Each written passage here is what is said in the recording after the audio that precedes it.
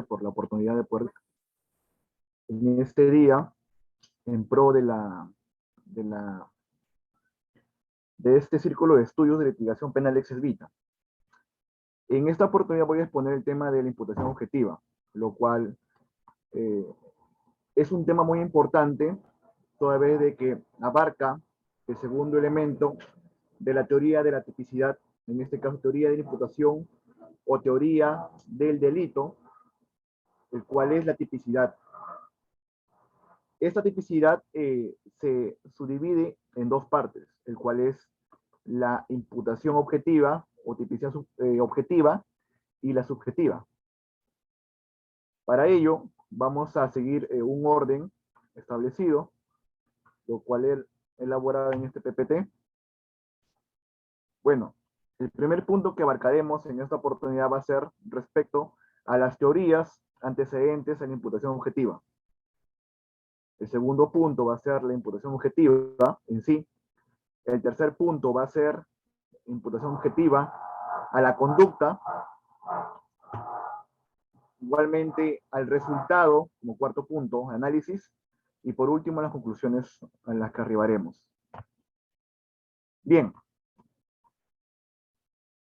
en el tipo o elemento objetivo, básicamente se determina, número uno, el sujeto activo del delito. La persona que va a poner, en este caso, va a lesionar un bien jurídico protegido por la norma penal o lo va a poner en riesgo a este bien jurídico protegido por la norma penal. Asimismo, se va a determinar la conducta típica. Si es que está, en este caso, regulado penalmente en nuestro Código Penal, de acuerdo a los principios generales de esta rama, principio de legalidad, por ejemplo, lex certa, lex previa, entre otros. Asimismo, el resultado que consuma el delito. A manera de citar jurisprudencias, por ejemplo, en el expediente 3479 del año 98, Lima, nos dice lo siguiente. En todo delito de resultado se requiere como primer nivel de análisis que se verifique un nexo de causalidad entre el comportamiento del sujeto activo y la producción del resultado, lo que no se advierte en el presente caso en base al material probatorio, en el sentido de que en la oficina, propiedad de la procesada, disculpen, no veo, ya, se localice el desperfecto de los servicios higiénicos que hayan producido el deterioro del hecho del daño de la propiedad del agraviado. Entonces, en esta jurisprudencia es menester resaltar como primer punto de análisis el nexo de causalidad. La teoría de la causalidad, bien citada por nuestro compañero que ha disertado el día de hoy, antes de mi persona,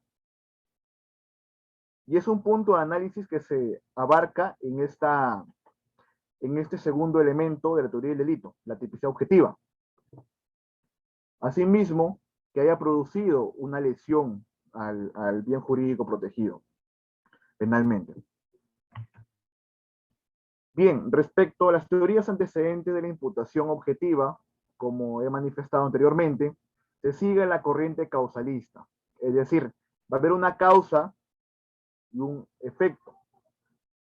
Estos dos elementos de causa y efecto va a producir un resultado, una alteración verificable en la realidad. Y Jean-Pierre, disculpa Para que te ello, interrumpa, no se están avanzando las diapositivas, por si acaso. a ver. Ahí. No, hermano, sigue en la primera diapo, sigue. A ver, un momento, a ver. Qué raro, yo estoy avanzando normal, a ver. Ahora sí, hermano. Sí, ahora sí. Ya, ¿no? ¿Cierto? Sí, ahora sí se está avanzando. Ya, Esta es la listo. tercera. En teoría es antecedente, ¿cierto? De la imputación objetiva. No, hasta en la tercera en el cual se ve el expediente 347998. Esa es la tercera. Un momento, un momento. Ya, ahora sí, teorías antecedentes a la imputación objetiva. Ya, bien.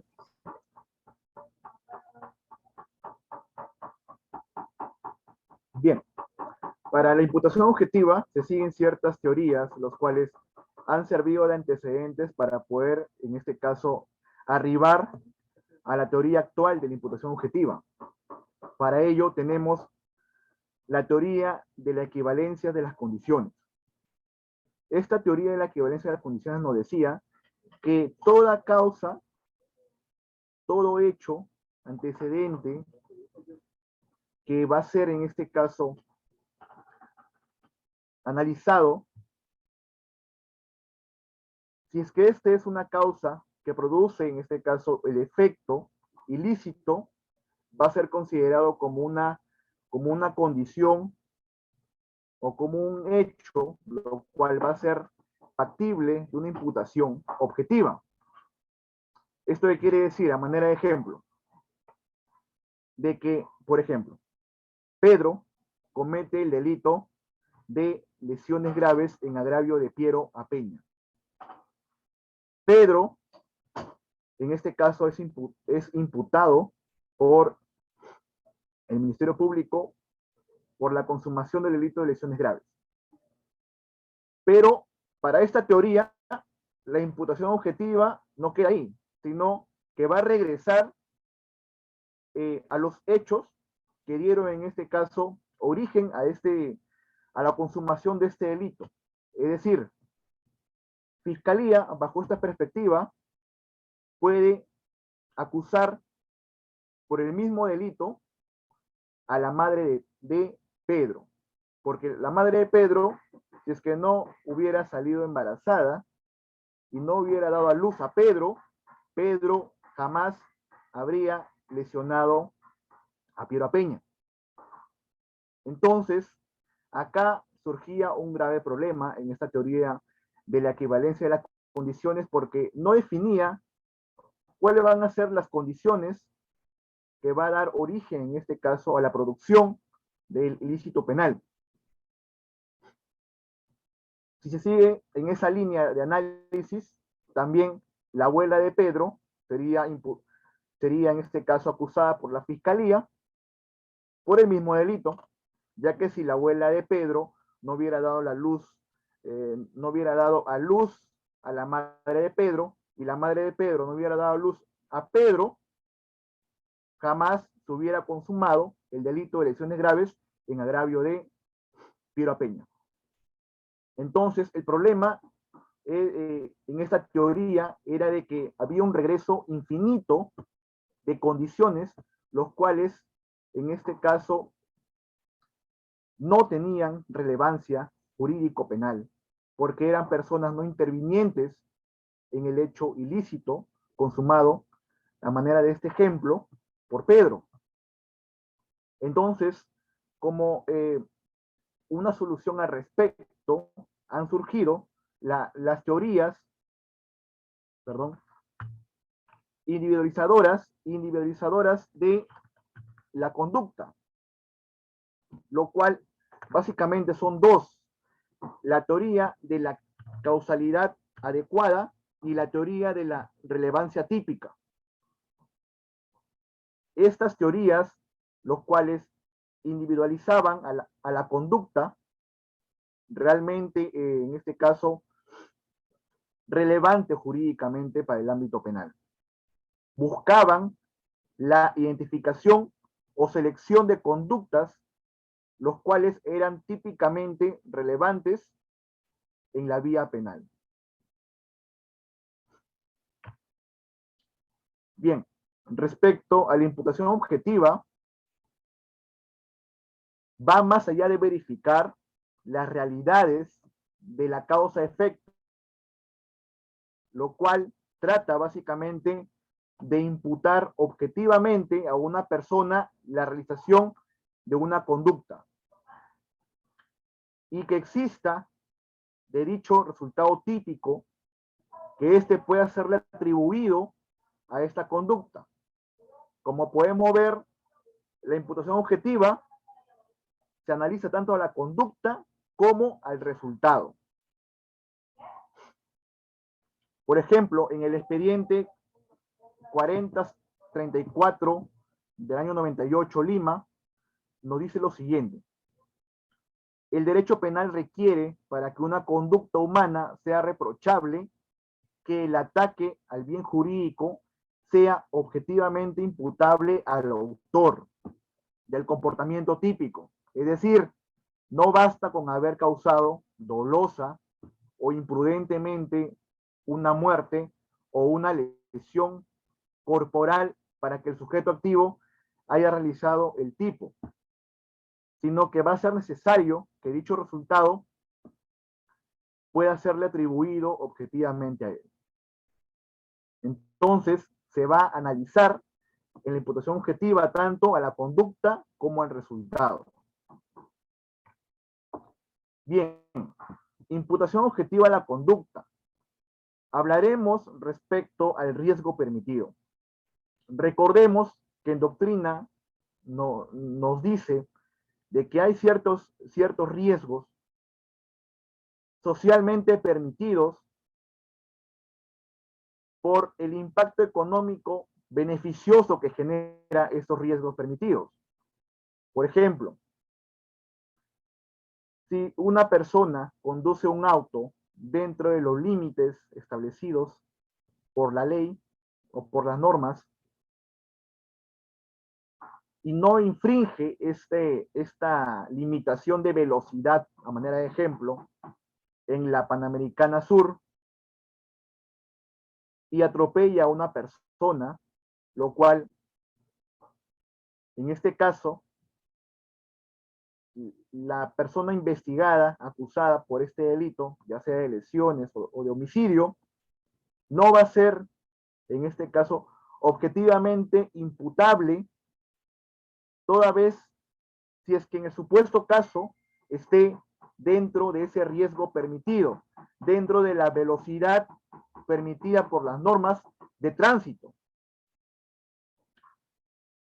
La jurisprudencia, en este caso, nos dice lo siguiente: el riesgo socialmente aceptado y permitido que implica conducir un vehículo motorizado no desemboca necesariamente en la penalización del conductor cuando produce un resultado no deseado, ya que quería aceptar que el resultado es pura condición objetiva de punibilidad y que basta que se produzca, aunque sea fortuitamente, para que la acción imprudente sea ya punible. Absurdo que se desvanece a nivel doctrinario con la teoría de la imputación objetiva, en el sentido de que solo son imputables objetivamente los resultados que aparecen como realización de un riesgo no permitido implícito en la propia acción. Ejecutoria superior de la Sala Penal de Apelaciones para procesos sumarios con reos libres de la Corte Superior de Justicia de Lima, del 6 de agosto del año 98, expediente 8653 del año 97. Bien, este principio no excluye la imputación objetiva de un resultado aparentemente ilícito. Si la persona o el sujeto activo del delito supera este riesgo permitido, va a ser imputado objetivamente de acuerdo a lo que ha establecido tanto la jurisprudencia como la doctrina en materia penal.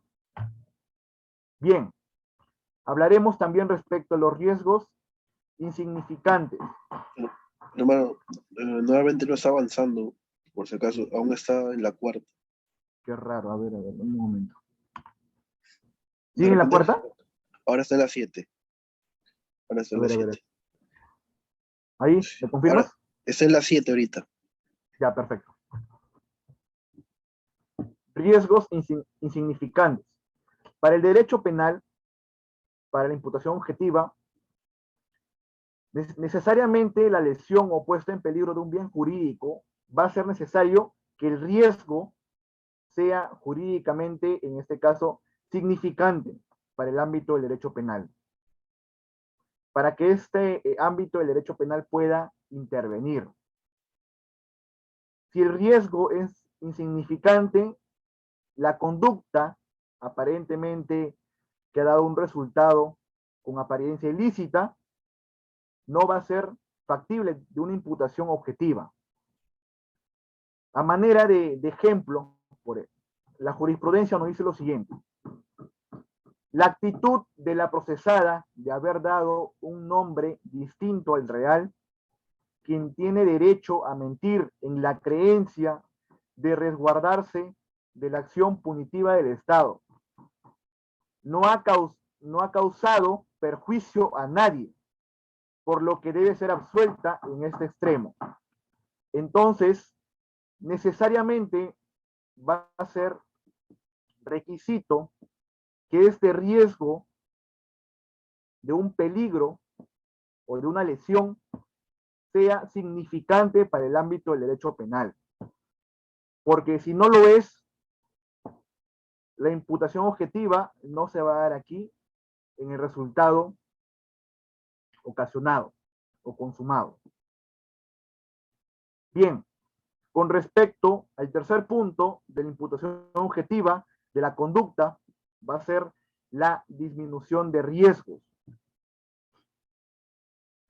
Por ejemplo, la doctrina nos dice lo siguiente: si es que el sujeto activo de un delito que ha cometido lo ha realizado para disminuir un posterior riesgo más gravoso al que cometió el sujeto activo, no va a ser factible de una imputación objetiva a este resultado. A manera de ejemplo, Piero Peña decide, en este caso, empujar a su compañero o amigo Diego Maldonado hacia el suelo, producto de que Piero Peña ha percibido de que desde el tercer piso de un domicilio estaba cayendo una mesa, un escritorio, a manera de ejemplo, sobre Diego. Sin embargo, Diego es lesionado levemente, producto del empujón que le ha ocasionado Piero Peña. En este supuesto caso hipotético, por ejemplo, Piero Peña no respondería penalmente el delito de lesiones leves, producto de que ha realizado este acto que ha puesto en peligro el bien jurídico protegido penalmente por la ley penal de Diego, en este caso la salud, ocasionándole lesiones leves y evitando una lesión grave que iba a ocasionar el golpe del escritorio sobre la persona de Diego Maldonado. Y esto es lo que nos dice este tercer punto de la imputación objetiva a la conducta, es decir, la disminución del riesgo. Bien, el cuarto punto va a ser el principio de confianza. En este principio de confianza, que también se analiza en esta imputación objetiva a la conducta, la doctrina establece de que una persona que realiza un riesgo permitido confía en que los demás van a actuar en esa misma línea. A manera de ejemplo, Piero Peña conduce su vehículo, se detiene en el semáforo, producto de que se encontraba en rojo, y confía de que al ponerse en estado verde el semáforo, él avanza su auto, sin embargo, un peatón decide cruzar la pista. y lo lesiona levemente. En este supuesto, Piero Peña estaba cumpliendo las reglas de tránsito, estaba cumpliendo, en este caso, no iba más allá del riesgo permitido, confiando en que los peatones iban a realizar el mismo respeto a la norma de tránsito, sin embargo no lo ha hecho. En este caso, no sería imputado objetivamente la conducta de Piero Peña, producto de que éste ha realizado este resultado confiando en que los demás iban a seguir la misma línea de respeto a las normas de tránsito. Claro, esto es obviamente a manera de ejemplo. Entonces, no va a ser imputado objetivamente la conducta de Piero Peña. ¿Qué dice la jurisprudencia respecto a este principio? Nos dice lo siguiente: el encausado actuó de acuerdo al principio de confianza, filtro de la imputación objetiva que excluye cualquier responsabilidad o atribución típica de algún delito, pues implica una limitación a la previsibilidad, exigiendo como presupuesto una conducta adecuada a derecho y que no tenga que contar con que su conducta pueda producir un resultado típico debido al comportamiento jurídico de otro.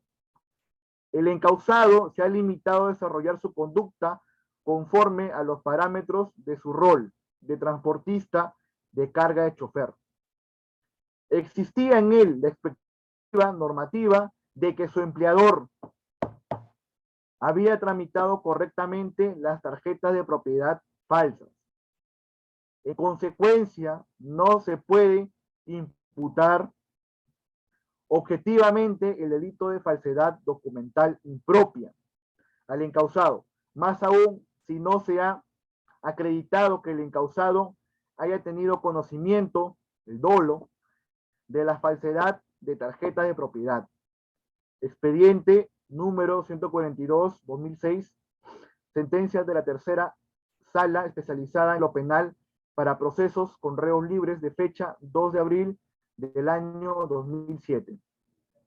Esta jurisprudencia analiza básicamente este principio, lo cual el conductor de este caso, el conductor que está siendo investigado por este delito de falsedad documental impropia, no ha sido o ha sido excluido de esta responsabilidad justamente en cumplimiento de la imputación objetiva a la conducta, principio de confianza. Bien, hablaremos ahora respecto al principio, prohibición de regreso. Esta prohibición de regreso, básicamente, la doctrina nos dice de que no va a ser imputado o imputable de un hecho ilícito consumado posteriormente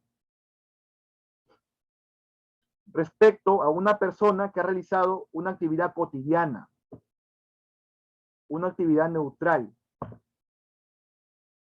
A manera de ejemplo, yo, Jean-Pierre Castro, decido acudir a la tienda de cuchillos de mi amigo Diego Maldonado y le digo, véndame este cuchillo porque voy a quitar la vida a tal persona. Y Diego me vende ese cuchillo a sabiendas de que iba a cometer un delito de homicidio. En este supuesto caso, yo me dirijo al tercero y le arrebato la vida, le quito la vida. En este supuesto, Diego Maldonado, quien me ha vendido el cuchillo, no sería imputado objetivamente el delito de homicidios, toda vez de que su conducta era una actividad cotidiana, laboral, estaba cumpliendo un rol él. quien en realidad iba a ser imputado objetivamente el delito de homicidio iba a ser mi persona, porque yo fui quien realmente el que ha consumado el tipo penal de homicidio simple.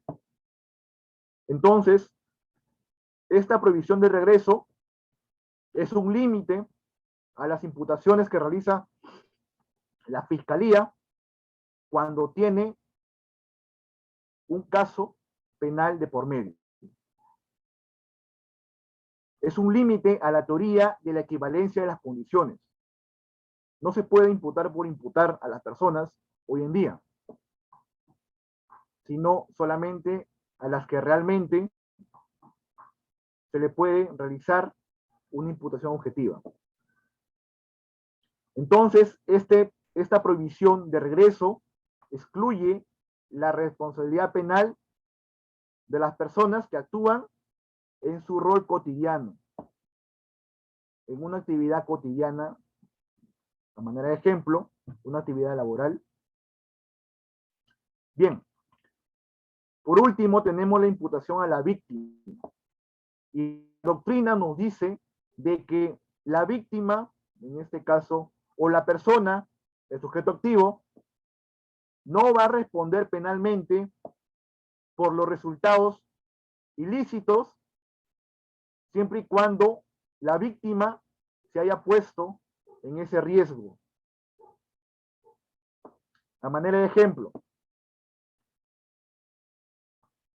Diego Maldonado decide subir al auto de Piero Vilches a sabiendas que su amigo Piero Vilches se encontraba en estado de ebriedad.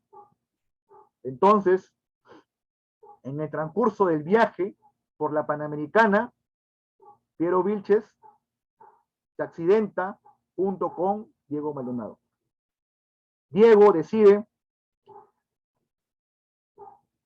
denunciar el delito de lesiones leves o graves, dependiendo de ello, de los resultados, pero en este hipotético caso, Piero Vilches no respondería penalmente, producto de que la víctima, en este caso, Diego Maldonado, se ha puesto en este riesgo a sabiendas que su amigo se encontraba en estado de ebriedad y que iba a conducir su auto.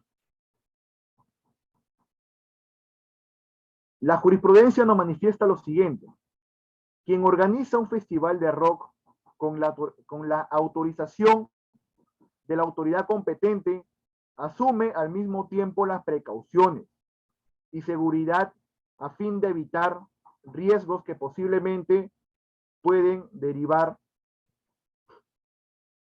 de la realización de dicho evento, porque de ese modo el autor se está comportando con diligencia y de acuerdo al deber de evitar la creación de riesgos que, de otra parte, la experiencia enseña que un puente colgante es una vía de acceso al tránsito y no una plataforma bailable.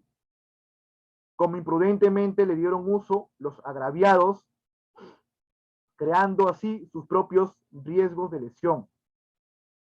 Que en consecuencia, en el caso de autos, la conducta de la gente de organizar un festival de rock no creó ningún riesgo jurídicamente relevante que se haya realizado en el resultado. Existiendo, por el contrario, una autopuesta en peligro de la propia víctima, la que debe asumir las consecuencias de la asunción de su propio riesgo.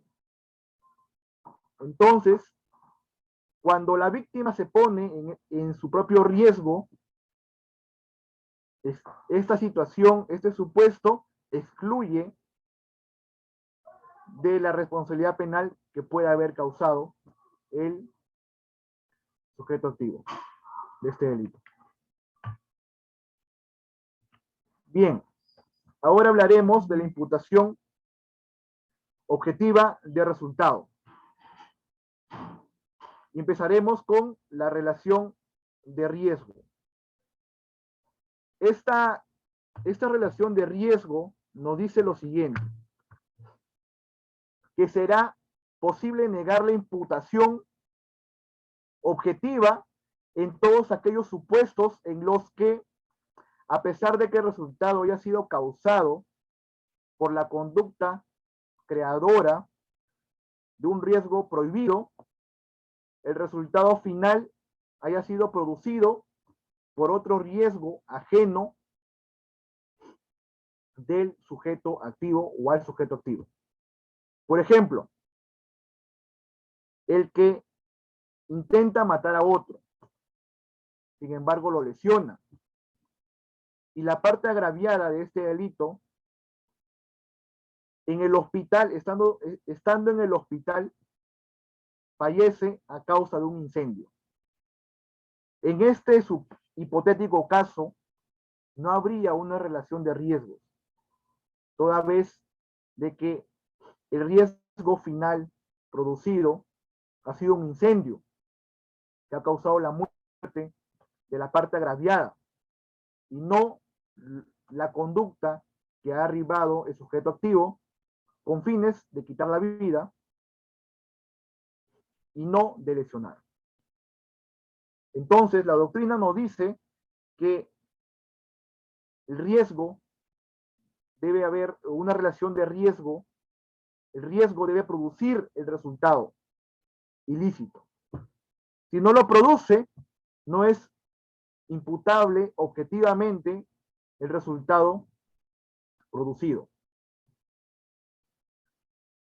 Tenemos también los nexos causales desviados.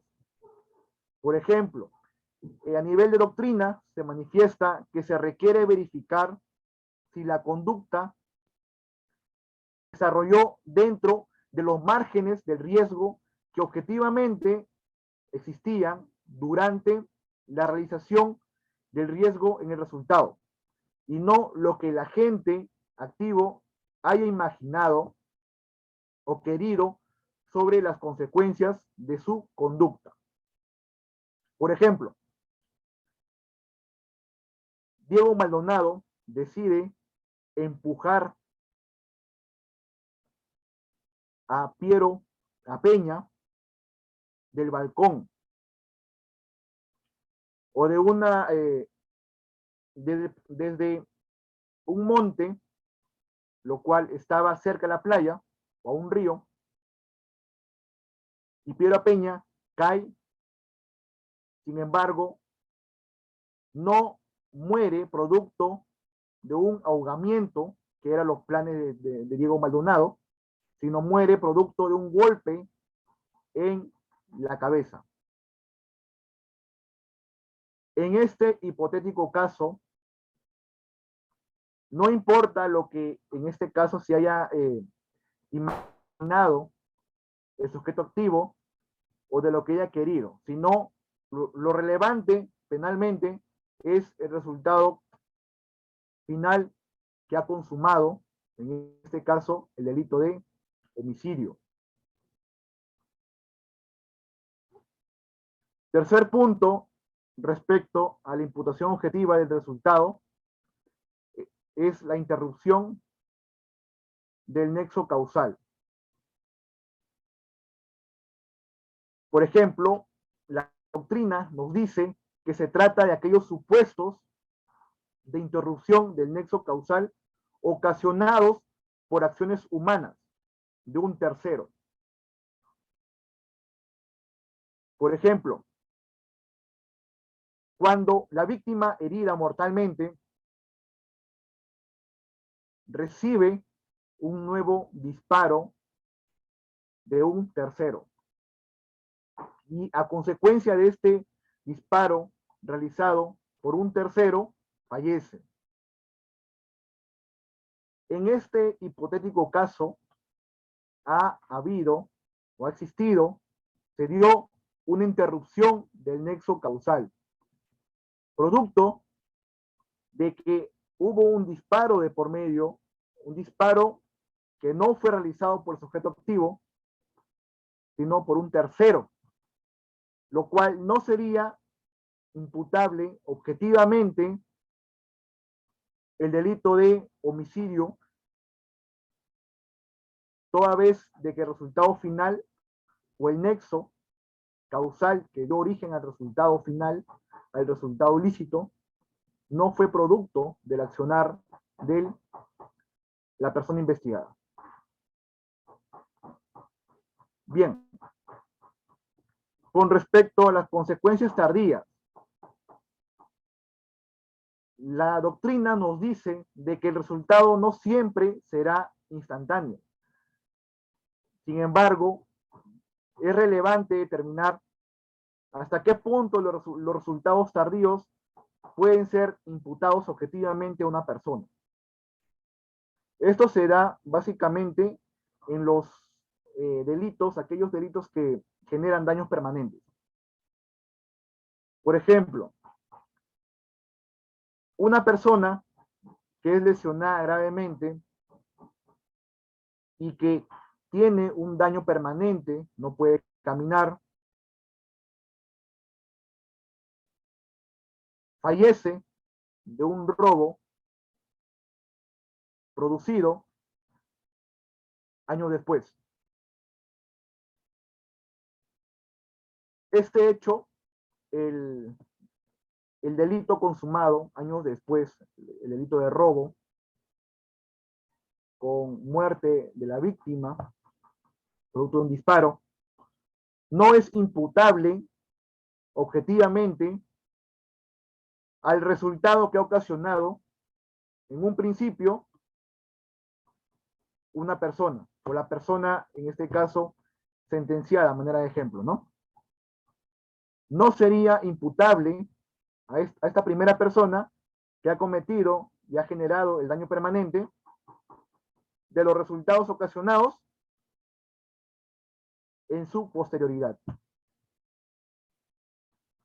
Entonces, las consecuencias tardías nos manifiesta de que no va a ser imputado objetivamente aquel resultado que es ocasionado tardíamente, producto, a manera de ejemplo, de una lesión permanente.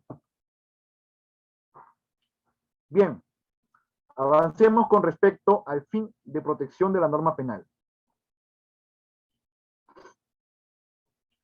Para que se logre configurar la imputación en los delitos de resultado,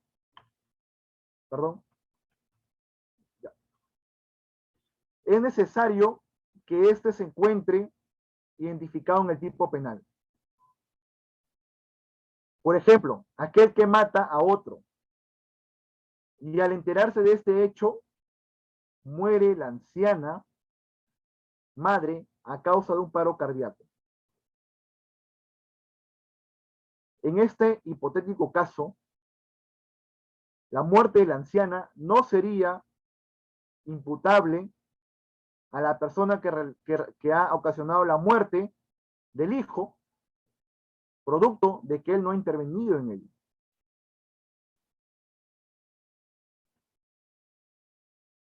No sería imputable objetivamente este resultado, lo cual sería excluido de la responsabilidad penal respecto a la muerte de la anciana, pero sí respondería penalmente el sujeto activo por el homicidio perpetrado en agravio del hijo de la madre anciana. Bien, y por último, obrar con el consentimiento del sujeto pasivo. Esto básicamente se da en aquellos bienes jurídicos personales. Se va a excluir la responsabilidad penal cuando el sujeto pasivo lo haya consentido esta lesión o puesto en peligro su bien jurídico protegido penalmente. A manera de ejemplo, como lo han manifestado, esta exclusión de la responsabilidad penal no se da en los bienes jurídicos colectivos. En aquellos casos, a manera de ejemplo, cuando se perpetra o se consuma el delito de violencia y resistencia a la autoridad, en donde, pese a un consentimiento de la gente, no se excluye la responsabilidad.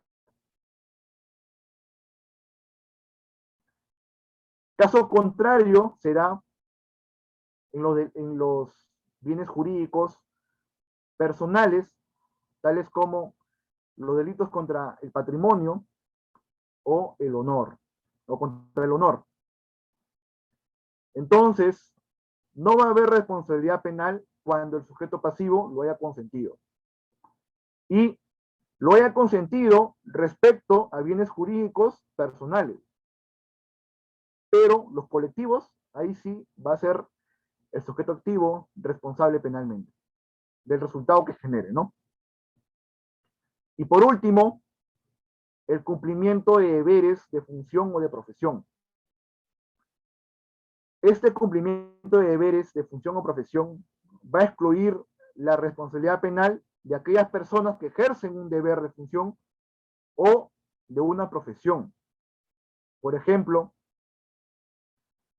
los policías y los doctores, por ejemplo, a manera de ejemplo. Estas personas realizan riesgos o conductas que generan riesgos que muchas veces superan lo no permitido, pero siempre y cuando vayan estas conductas en cumplimiento de la normativa de su profesión. Si es que estas personas no respetan esa normativa de las profesiones o funciones que ejercen, ahí sí sería imputable penalmente los resultados que generen. Por ejemplo, el doctor, el médico. El médico no genera o no te asegura un resultado definitivo, certero, sino va a realizar todos los actos necesarios que tiene a su alcance para salvar una vida. Pero si es que el paciente fallece, este fallecimiento no va a ser imputado o imputable objetivamente a este resultado al médico que ha intervenido en esta, a manera de ejemplo, cirugía, operación, entre otros. Entonces, el cumplimiento de un deber de función o de una profesión va a excluir la responsabilidad penal de aquellos resultados ilícitos, siempre y cuando vaya con estricto respeto y en cumplimiento a sus reglamentos o normas de su profesión. Entonces, la imputación objetiva, a manera de conclusión, va a ser relevante analizarlo como un segundo filtro, ya que el primer filtro es la acción penal, como segundo filtro, la imputación objetiva, respecto a la conducta como al resultado realizado. Y que entre ambos elementos, causa-efecto y resultado, hay un nexo entre la causa y el efecto. Si no hay este nexo de causalidad, no va a ser factible de una imputación objetiva tanto a la conducta como al resultado. Bien, esto sería todo, estimados compañeros, amigos del círculo. Espero que les haya agradado esta disertación. Y como siempre digo, va a ser un gusto, en lo personal para mí, poder disertar en beneficio del círculo de estudio al cual represento. Muchas gracias.